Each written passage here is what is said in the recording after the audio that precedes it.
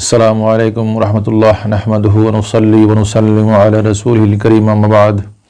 সম্মানিত ভিউয়ার্স, আজকে আমরা একটি গুরুত্বপূর্ণ মাসআলা নিয়ে আলোচনা করব। মাসআলাটা হচ্ছে ইফতার সম্পর্কে। এখন যে মাস বৈশাখ মাস বা এরকম অনেক সময় বর্ষাকালে আমাদের রমজানের রোজা পালন করতে হয়।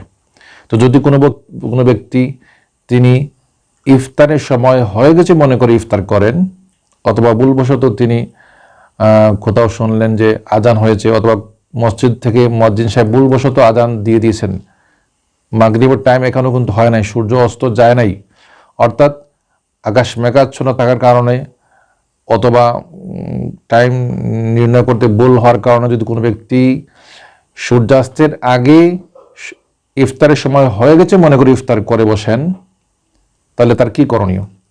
এক্ষেত্রে তার জন্য করণীয় হচ্ছে তিনি রমজান মাসের পরে একদিন রোজা পালন করবেন, অর্থাৎ কাজা রোজা করবেন।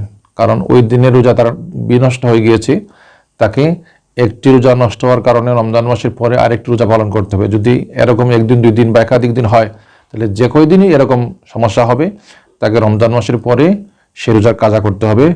একটা সমস্যা হলে একটাই, তার জন্য আর কোনো বাড়তি খেসারত দিতে হবে না। কথাটা আশা করি বুঝতে পেরেছেন।